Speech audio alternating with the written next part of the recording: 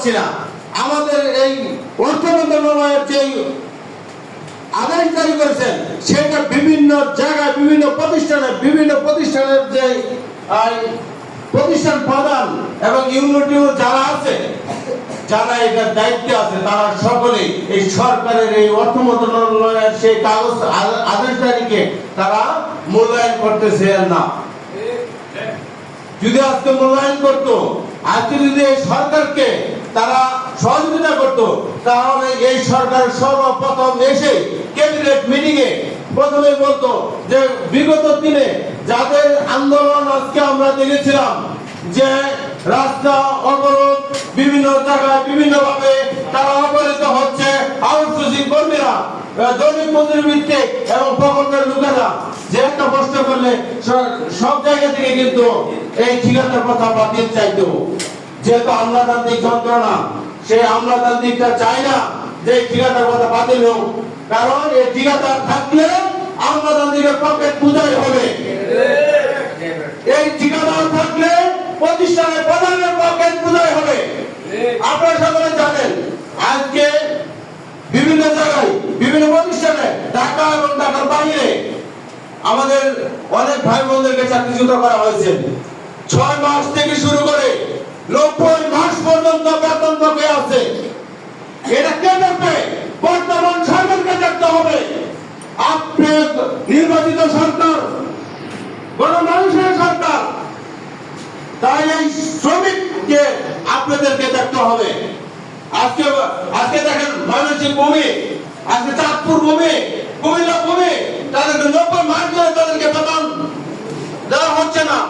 আজকে দেখেন বিভিন্ন প্রতিষ্ঠানে চাকরিচ্যুত করা হচ্ছে, যেমন রংপুর সিভিল সার্জনকে বলার পরেও তাদেরকে এখনো বহাল করে নাই আমাদের আউটসোর্সিং কর্মীদের।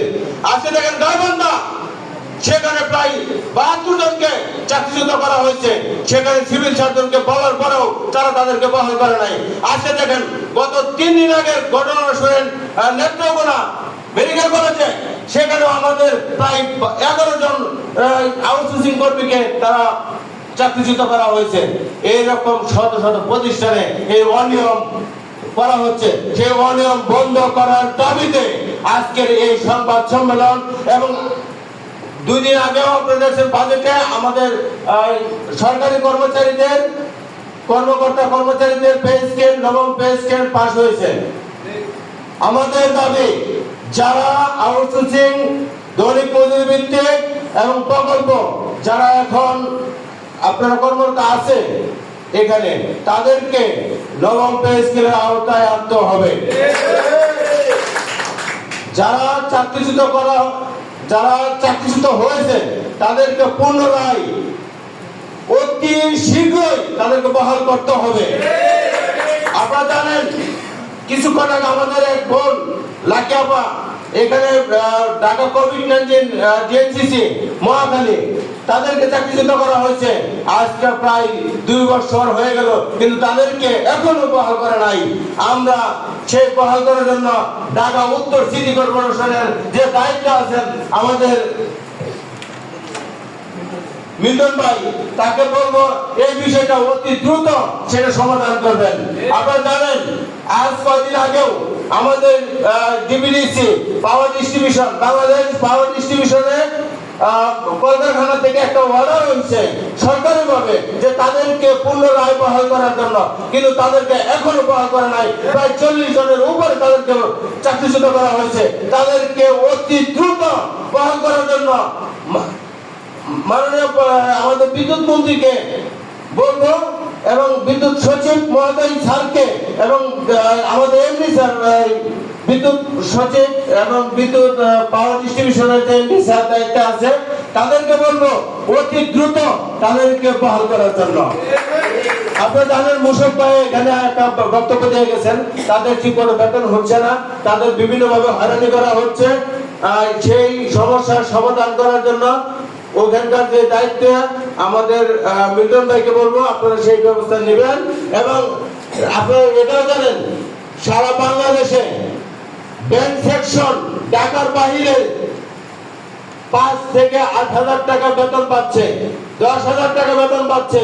যেমন কৃষি ব্যাংক, অগ্রণী ব্যাংক, সোনালী ব্যাংক, বিভিন্ন সরকারি যে ব্যাংকগুলি আছে ঢাকার বাইরে সবাই 8,000 টাকা করে বেতন পাচ্ছে।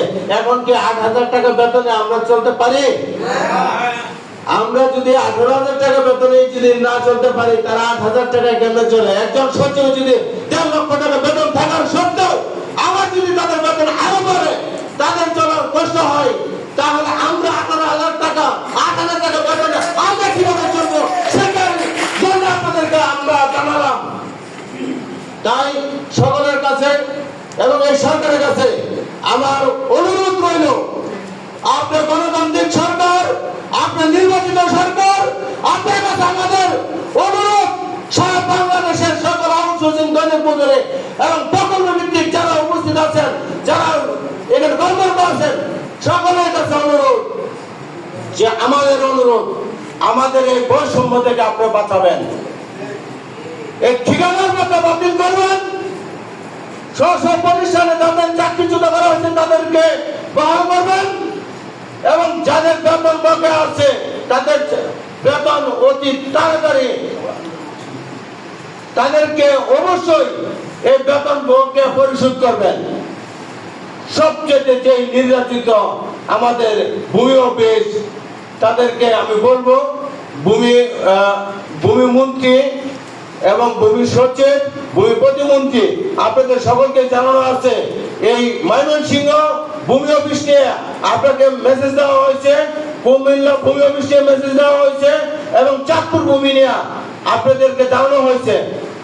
আমরা তার মাধ্যমে জানানো হয়েছে সেটা আর বলতে চাই না। তবে ভূমিমন্ত্রী, মাননীয় ভূমিমন্ত্রীকে যে বিষয়টা জানানো হয়েছে যে প্রায় 90 মাস তারা বেতনের প্রদান, কোন ঠিকাদার কাউকে ভয় দেখাবেন না।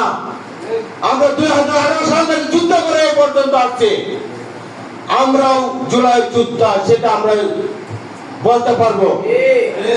তা আমাদেরকে ভয় দেখাবেন না, কোন ভাই বোনদের কাউকে চাকরিচ্যুত করবেন না এবং যাদেরকে চাকরিচ্যুত করছেন তাদেরকে অতি দ্রুত বহাল করবেন এবং এই চাকরিচ্যুতদের একটা ডাটাবেস করার জন্য আমরা সরকারের প্রতি বলতে চাই, যদি আপনাদের যদি কিনা সেটা ডাটাবেস তৈরি করতে না পারেন, তাহলে বাংলাদেশ আউটসোর্সিং কর্মচারী কল্যাণ পরিষদের কেন্দ্রীয় নেতৃবৃন্দ আপনাদের পাশে আছে। আপনারা যদি একবার বলবেন আপনাদের ডাটাবেস চাই, আমরা কল্যাণ কমিটি আপনাদের পাশে থাকবো, সরকারের পাশে থাকবো ইনশাল্লাহ। এবং যাদের চাকরিচ্যুতের কথা বললাম আর যাদের বেতন বকেয়া আছে, যদি সারা বাংলাদেশ আপনারা সেটা না পারেন আমাদেরকে বলবেন। আমরা এই কল্যাণ কমিটি সভাপতি, সাধারণ সম্পাদক এবং প্রত্যেকটা কেন্দ্রীয় কমিটির নেতৃবৃন্দ তাদের সকল সহযোগিতা আপনাদেরকে করবে।